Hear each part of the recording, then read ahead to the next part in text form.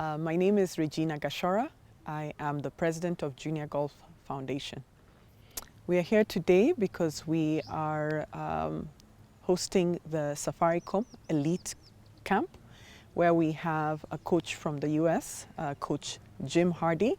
He's the Senior Development Officer, Director at US Kids, and he's here to teach our coaches and to teach our children how to have fun playing golf and how to become better so that one day we can have one of these children win the Kenya Open and represent us at the Olympics. So these are the best children, the top 5 children in the Safaricom series. The top 5 in each age category. So we have over 50 children here from around the country. They're the best of the best. They're here to train to be better so that we can now get to the levels of South Africa, Europe, the US. They're getting the best training program on how to be the best players in the world. Safaricom has been the title sponsor of Junior Golf Foundation this year. We've had tournaments around the country. We've had over 30 tournaments this year, which has culminated to this elite camp where we have gotten the best children from around the country to come here to be able to play together, participate together, and learn how to hone in their golf skills to become better players in the future.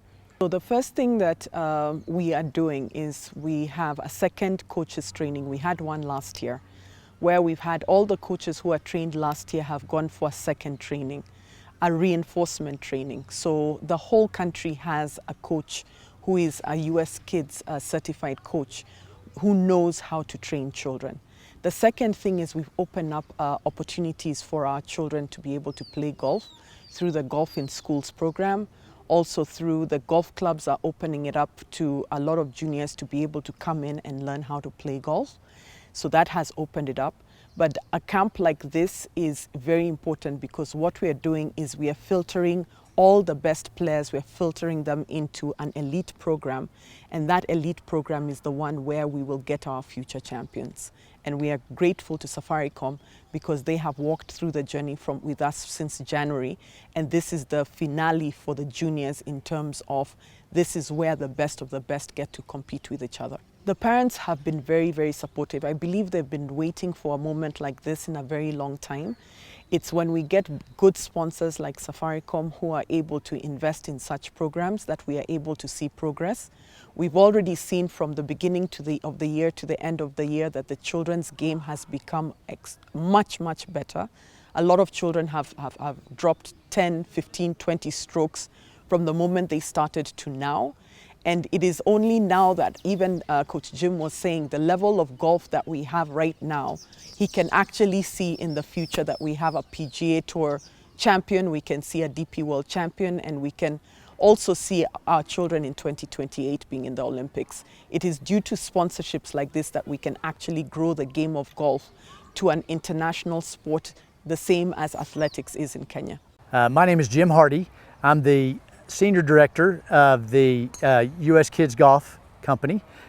Senior Director of Academy and Coach Development is what I actually do.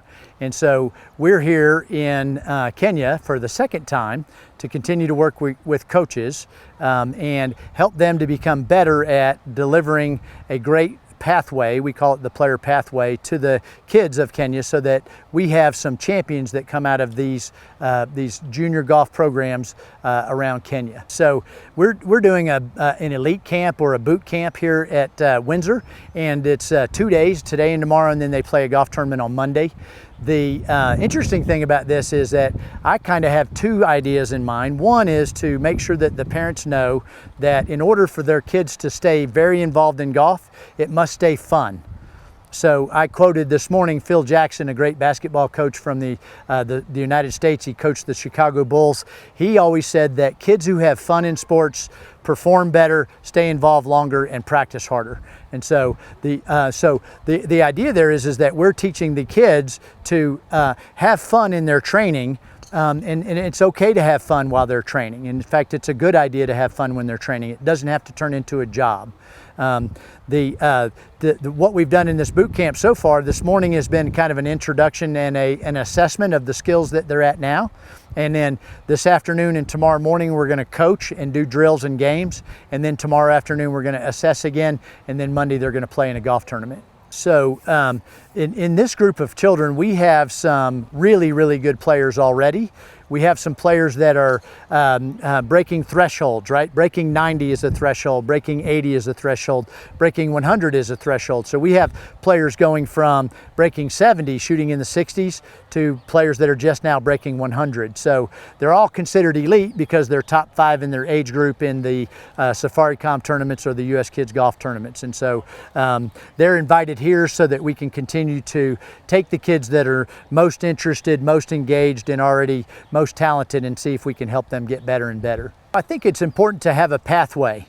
One of the things that we fall into in golf instructing is that we're always teaching the same things. We teach putting, we teach around the green, chipping, pitching, bunker. We teach full swing, which is a driver and a golf ball off the ground, and then we teach some scoring, methods and things like that. But in order to have a player pathway, with our beginner coaches, our beginner players, we start at ground zero. Here's how you hold it, here's how you stand next to it, here's how you swing it, here's how you finish, right? Then in level 2, we add, here's how you aim it. In level 3, here's how you figure out how to aim it. In level 4, here's how you start to develop a pre-shot routine. In level 5, here's how you master your pre-shot routine.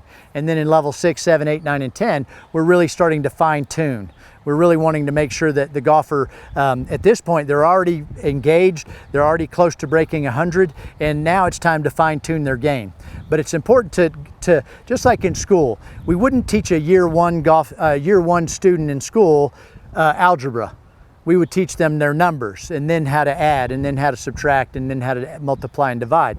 Well, all too often in golf instructor, we jump straight from beginner to, we want to talk to you about ground force reaction, which is a very technical term that we use in golf instruction, and when we talk to our kids in the levels 1 through 5, we don't say ground force reaction, we say stick the finish and show the shoe at the end. We've done the same things, right? And so we're making sure that we call it cognitive scaffolding. We're taking the very basics and mastering them. Add one more thing, master that, add one more thing, master that. It's really important to allow that foundation to be built and then added onto in the time that it takes the student to do it. Some students will get this very, very fast. Some students it'll take a little bit longer, but there's no telling which of those students are going to end up being the best later on in life.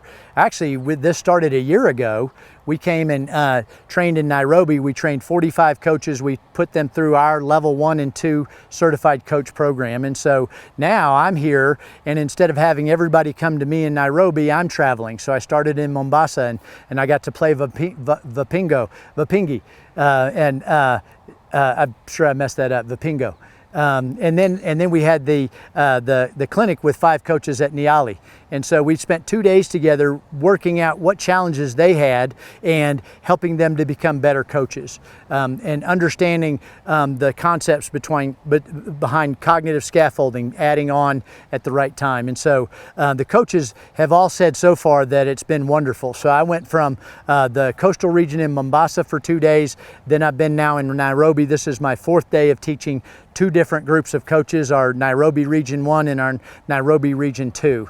And then from here, I go to the Rift area, which we're going to, the Central Rift area, where we're going to coach the coaches from there, and also the Western region, and then I'm going to the Mountain region. So our partnership with the US Kids Golf Foundation and all things junior golf in Kenya is very, very strong. We're committed to adding resources, man hours, right? Coming over and doing the training ourselves rather than trying to just do it via Zoom. We really do have a heart for what's going on in Kenya. being invited over last year, my boss came, and his wife came, and my associate came, and we all fell in love with the place, and we really want to feel part of this for a long time. We want to see Kenyan golfers doing well. We want to see a Kenyan in the Olympics earning a medal, and we want to see a Kenyan winning the Kenyan Open within the next 9 years now, because we've already had our year. So our goal was in the next 10 years. We're already 1 year into it. Kwa majina naitwa Venus Momanyi. Natoka katika nimetoka Kisii County, Kisii Sport Club. Niko hapa kwa mafunzo vile ambavyo tutakuja tutakapocheza siku ya Jumatatu. Nimejifunza kupat, kudrive, bunker shot and more. Mimi naonelea itanisaidia yani nitatembea mbali. My name is Moathi Gisharu. I'm 11 years old. I'm here at the Safaricom Golf Tour Bootcamp. I think for me this bootcamp is a way that I can develop my game and get better and learn how to do different stuff. I mean, we've started with the driving range where we're learning different techniques, swing speeds, distances, and just learning how to improve that to improve our game. I mean, it's an amazing, I qualified to come to this bootcamp through the Royal Nairobi Golf Club Safaricom Golf Tour, and I'm very happy to be here. Thank you. Today I learned how to swing hard. I learned how to swing harder. We're learning about how to chip. If I have a 10-yard chip, whether I should bump it or flop it. We also learned putting drills, how our stroke should be and how much we should hit it. And yeah, I think we're going to focus a lot on short game and trying to improve that, because I think since we're still young, we need to capitalize on our short game and make sure that if that's good, then we'll be able to improve more on the course.